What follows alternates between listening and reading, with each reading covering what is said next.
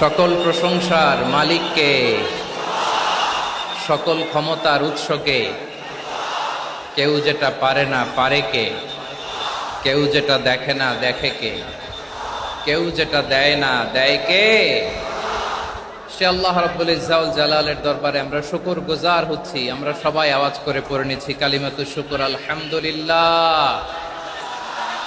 গলা ছেড়ে দিয়ে আওয়াজ করে, প্রিয় লালমনিরহাটের ভাইয়ের আওয়াজ করে সবাই পড়ুন, রব্বানা লাকাল হামদ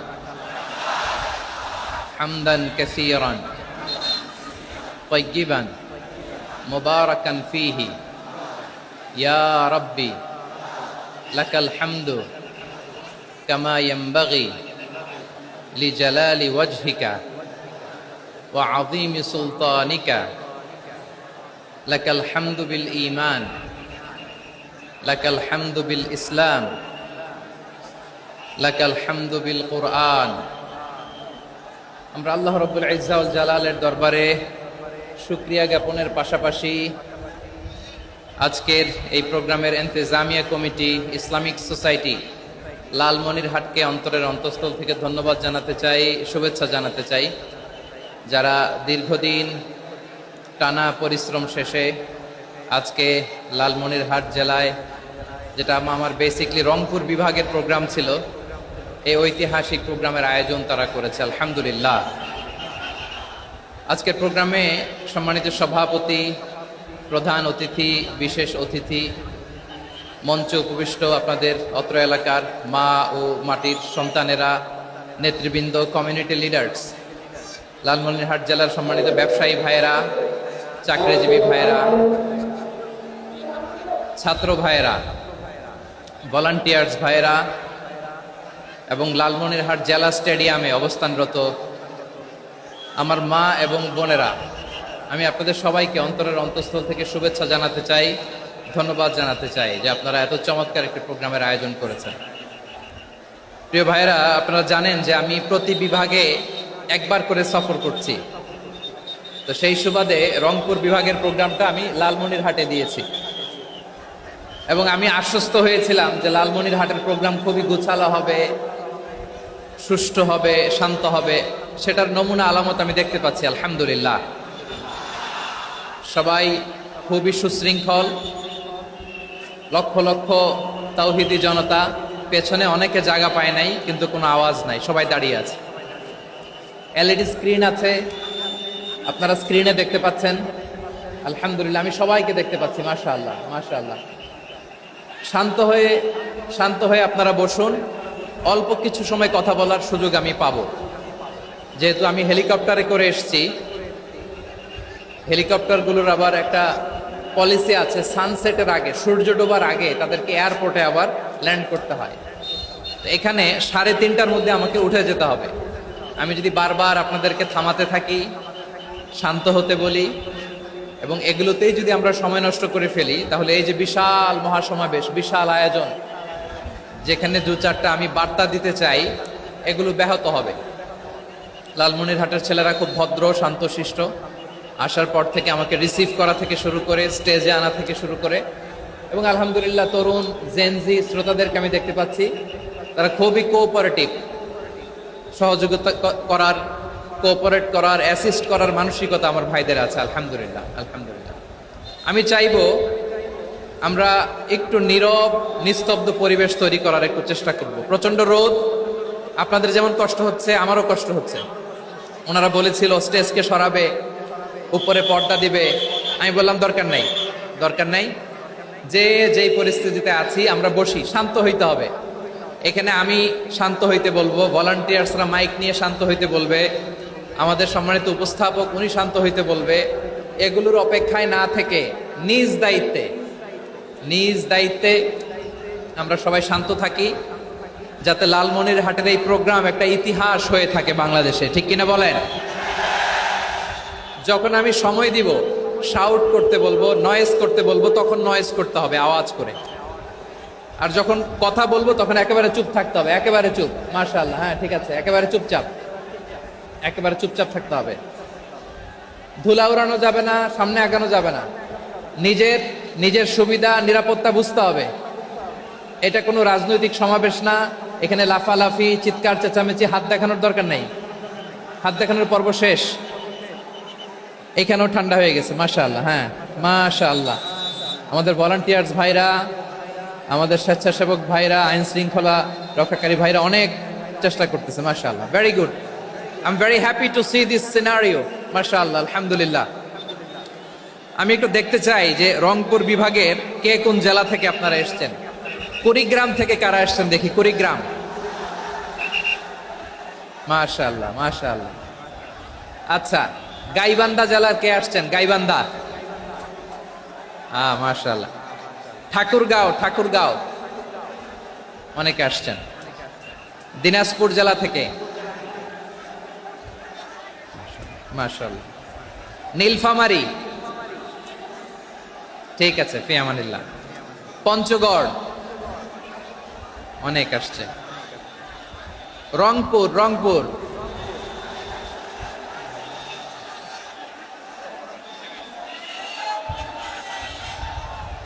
মাশাআল্লাহ, মাশাআল্লাহ, মাশাআল্লাহ, ঠিক আছে। লালমনিরহাটের কারা দেখি, লালমনিরহাট।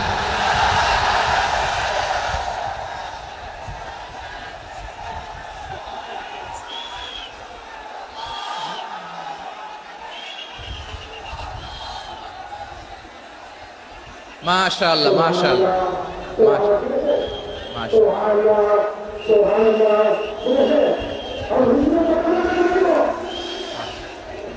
ঠিক আছে, ঠিক আছে। আচ্ছা, এই রংপুর বিভাগের বাইরে থেকে অন্য জেলার কারা কারা আসছেন দেখি।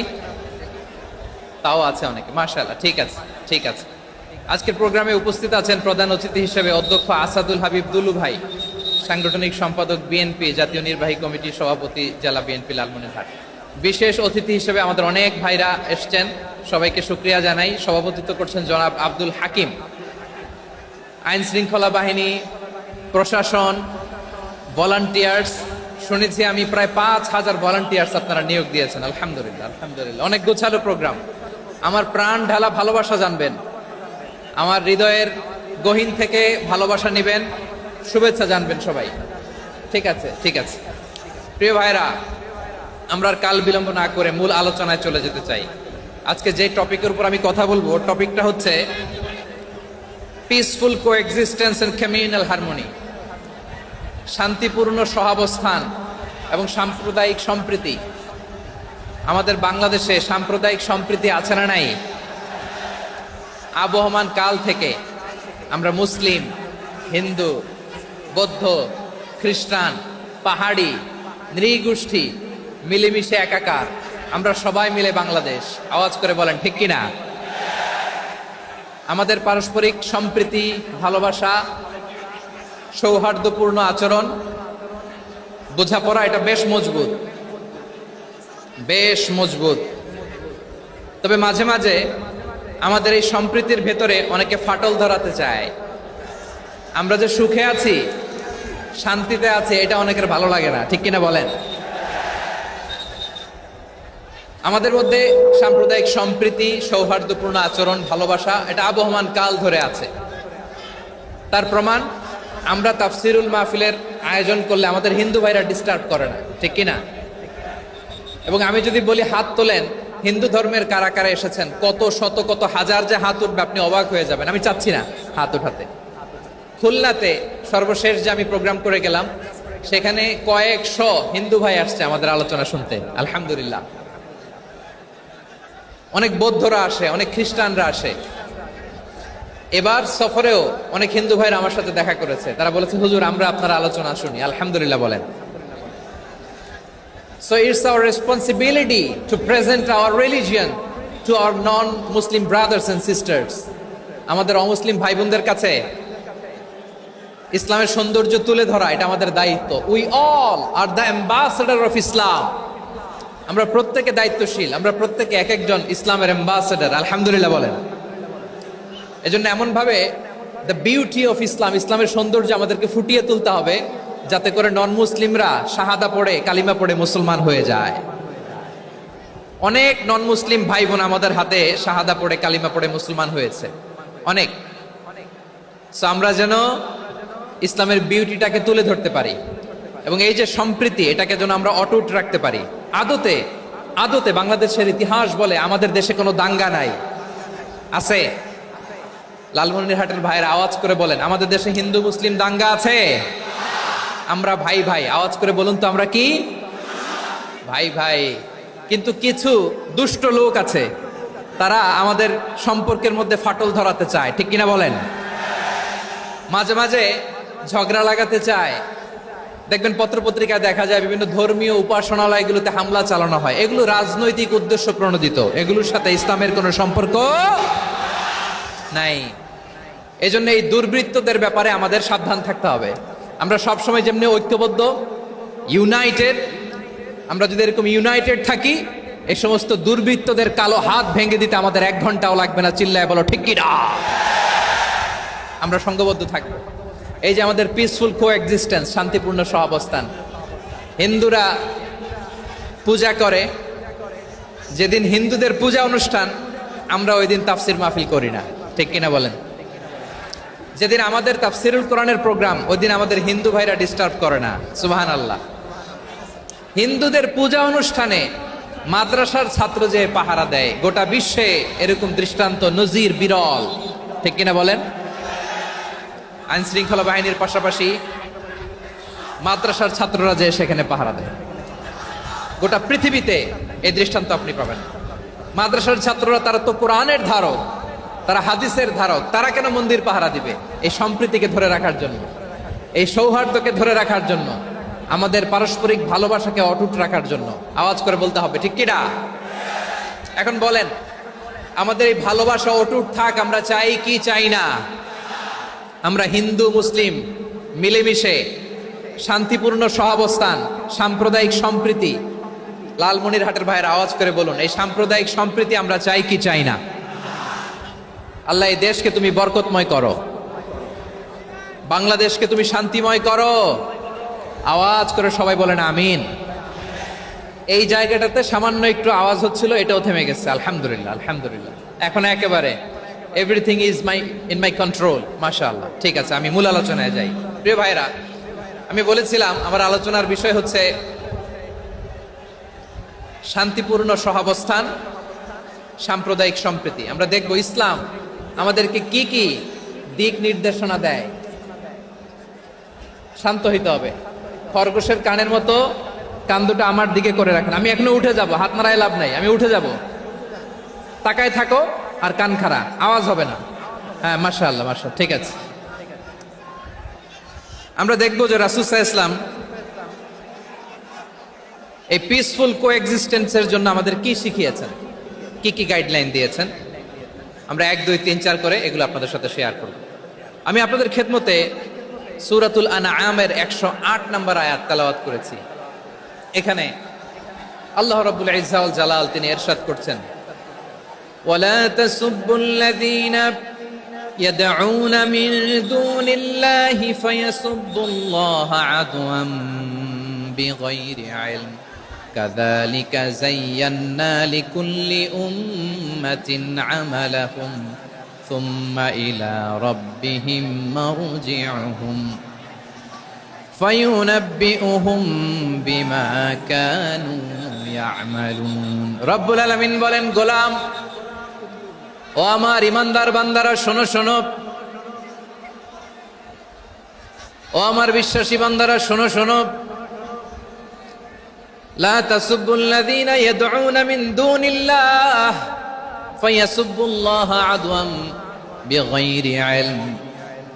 ও আমার বিশ্বাসী বান্দারা, যারা আল্লাহকে ব্যতি রেখে, আল্লাহকে বাদ দিয়ে অন্য উপাস্যকে ডাকে, দেবীর পূজা করে, দেবতাদের পূজা করে, তোমরা খবরদার তাদের গালি দিও না। আওয়াজ করে বলেন, কি দিও না?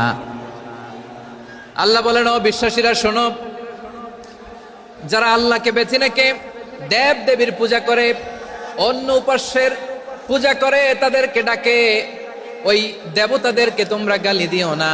যদি ওই দেবতাদেরকে গালি দাও, তাহলে ভুলবশত, শত্রুতাবশত তারা তোমাদের রব আল্লাহকে গালি দেবে, ঠিক কিনা?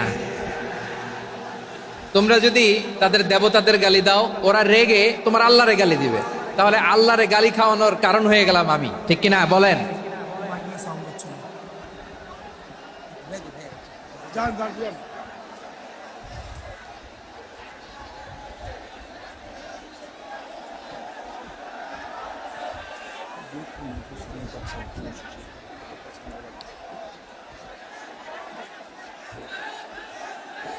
সম্মানিত ভাইয়েরা, এত বিশাল প্রোগ্রাম, মাইকের একটা সেটআপ থাকে, তারগুলো অনেক সময় নড়ে যায়, ধাক্কা ধাক্কিতে ডিসপ্লেস হয়, একটু ঝামেলা হবে।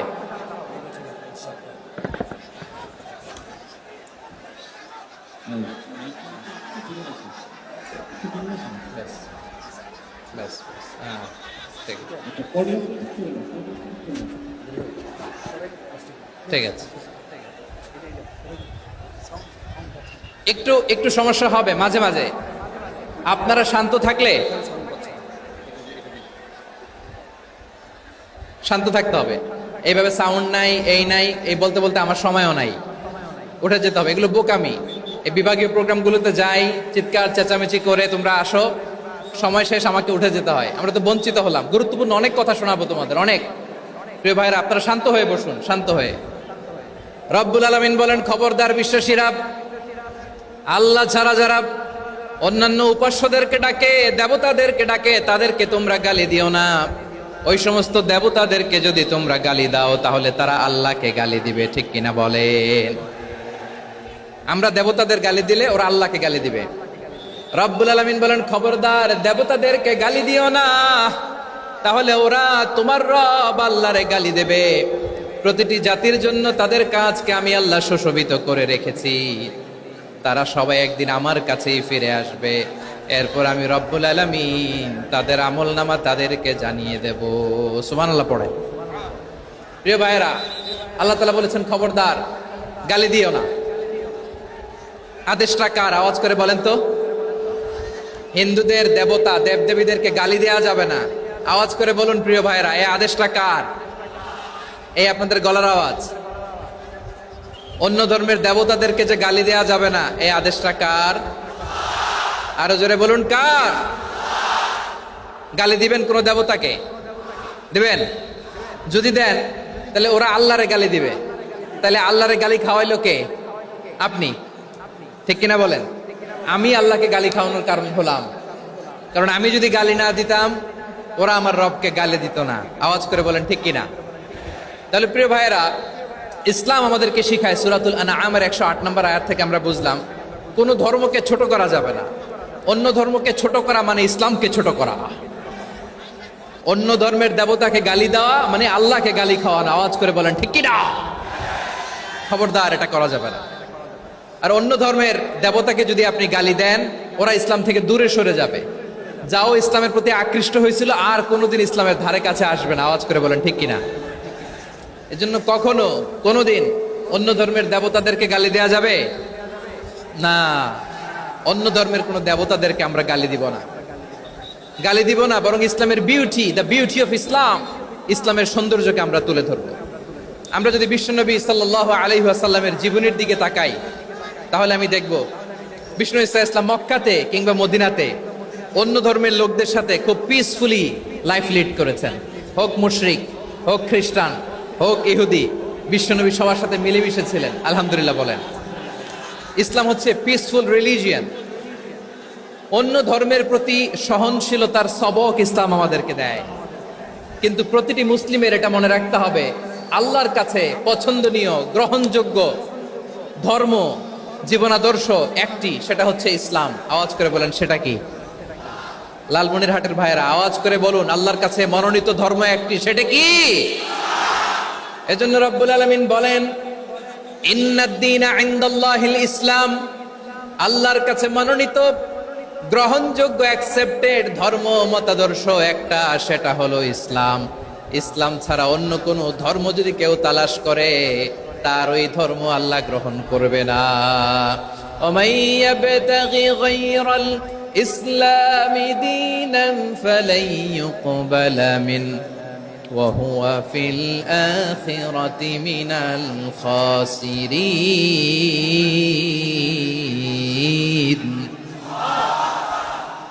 whoever seek anything except Islam, that won't be accepted from him, and he will be loser in the day of judgment. কিয়ামতের দিন ইসলাম ছাড়া কেউ যদি অন্য কোনো ধর্ম তালাশ করেছে দুনিয়াতে, তার এই মতাদর্শ গ্রহণ করা হবে না, and he will be loser. সে হবে লুজার, ক্ষতিগ্রস্ত, হাই হাই কোম্পানির ম্যানেজার। ওর আমও শেষ, সালাও শেষ। আওয়াজ করে বলেন ঠিক কি না? এজন্য ইসলাম পেয়ে আমরা খুশি না বেজার? প্রত্যেক নামাজ শেষে আমরা আল্লাহরে বলি, আল্লাহ রাদিতু বিল্লাহি রাব্বা ওয়া বিল ইসলামি দীনা ওয়া বি মুহাম্মাদিন নাবিয়ান ওয়া রাসূলা। ও আল্লাহ, তোমারে রব হিসেবে পেয়ে আমরা খুশি। ও আল্লাহ, ইসলামকে ধর্ম হিসেবে পেয়ে আমরা খুশি।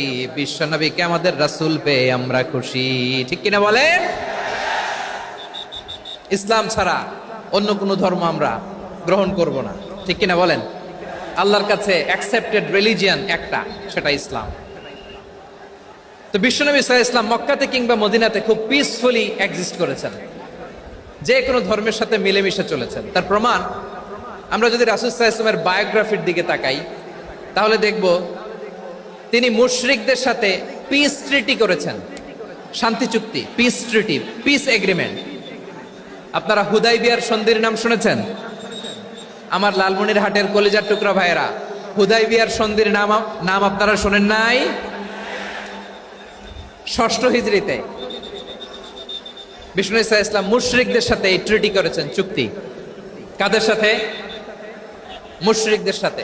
আমরা তো মুসলমান বসতে পারি না, আমরা দুই মুসলিম ভাই একসাথে বসে চা খেতে পারি না, গল্প করতে পারি না। বিষ্ণু ঈসা ইসলাম মুশরিকদের সাথে ট্রিটি করেছেন, হুদাইবিয়ার সন্ধি।